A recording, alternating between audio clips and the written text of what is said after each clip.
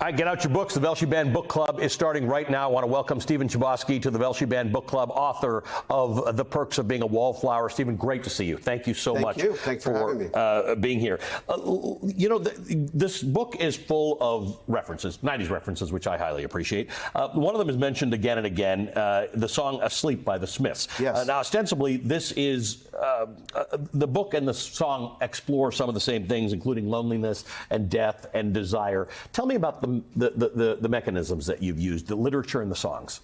Well, you know, I remember the one thing about being young. I wrote the book when I was 26, finished it when I was 28. And so music, as we all know, when you're a young person, it becomes part of the identity that you forge, right?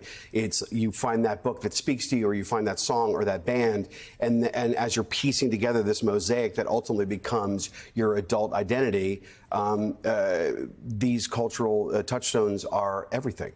And so I was just writing about myself. That particular song, I cannot tell you how many times I drove through the Fort Pitt Tunnel in Pittsburgh listening to that song. And when Morrissey, who I met, by the way, fantastic individual, and it was a real treat to meet him, when he sings, you know, there's another world, there's a better world, there must be, even though he was actually singing about suicide, the music is so beautiful, I didn't take it that way. And so that song, in that particular line, in those lights of the Fort Pitt Tunnel and Seeing Downtown, that's forever adolescence for me. Why is it so universal when you have such specific references that I understand very well, and yet this book, you're coming up to your 25th anniversary on? Yes. What's the answer? Why is this book the book that people email us and tell us about, that they've got their tattered copies of, that became a movie that everybody knows about? Well, I think that for a lot of people, the song itself doesn't particularly matter, but the listening to it and the drive with those friends and that moment where you're seeing the lights on the buildings and everything that makes you wonder. The dream of adolescence is forever, and that's universal. And the longing of being young. And I've made many, many movies about this as well. I've written about it extensively, and that's what it is. It doesn't. The cultural references that we know, they change. Like bands come in and out of favor, singers change. It doesn't particularly matter, but the connection that we feel to those particular people in those particular songs is forever. It will never change. That goes back hundreds and hundreds of years. You know, when a person first made a piece of music, that brings us closer to everything that makes life worth living. One of the things we talk about with authors, particularly who write for young adults, is the degree to which they feel that their writing has influenced young people. Now, influence is an important thing, but sometimes it saves people. Sometimes people get seen. You've got a pile of letters there. Some of them are 15 plus years old. Yes. These are letters from whom? These are letters, I cherish these. Basically, over the years, as you said, my book was published 25 years ago next month. And over the years, I've received letters from young people that said that they were going to commit suicide, and they read the book, or in some cases the movie, and they found it, and then they decided to choose life, basically.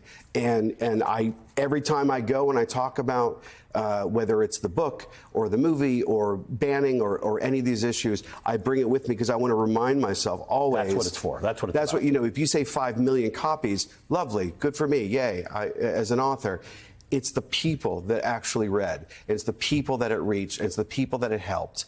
Because I wrote it for my own personal reasons. This book saved me in a lot of ways as I was writing it. And then I published it hoping to help people find a blueprint to heal whatever it is they've gone through. And so I bring these letters to remind myself what it's all about. Can you read from one of them for us? I would happily read from one of them. This is from a young woman. And it says, Mr. Chbosky, I really hope you read this. Read this. If not, then whoever is reading it, thanks for doing so.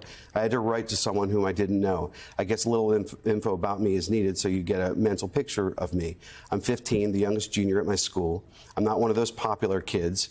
I've always found refuge among people who actually cared for me and such. I have a younger brother. He just turned 14, and I have a mom. I used to have a dad, but he died November 5th, 2008. Oh, I guess I have to put with a name to put. I will skip her name for her privacy.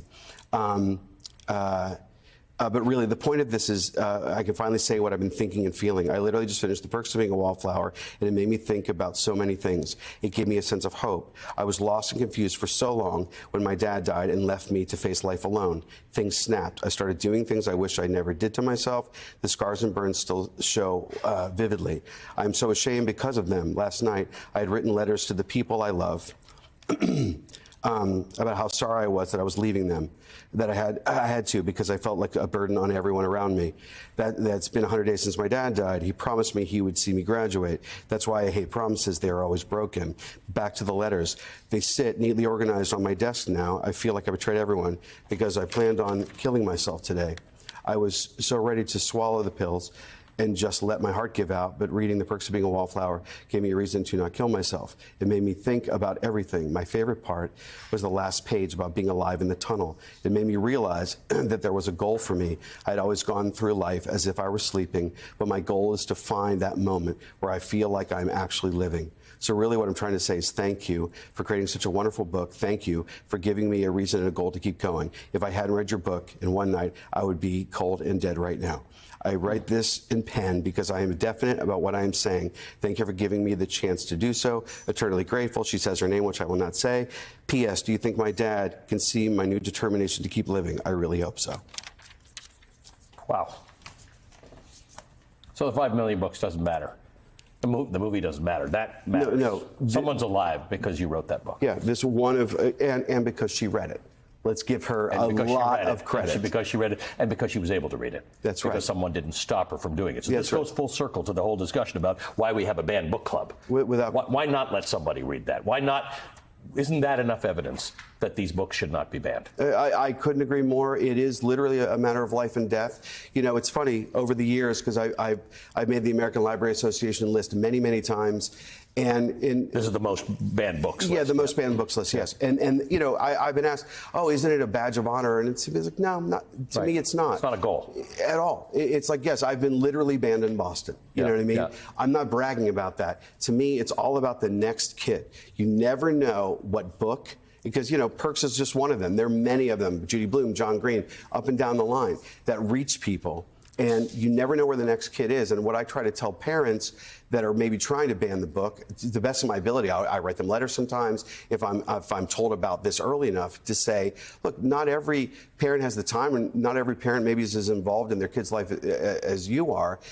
You know, give them a chance. You don't know where that kid is. And that's why I'm on your show. That's why I thank you for having this club, is because I just wanted to let people know it literally is a matter of life and death, and to take it that seriously.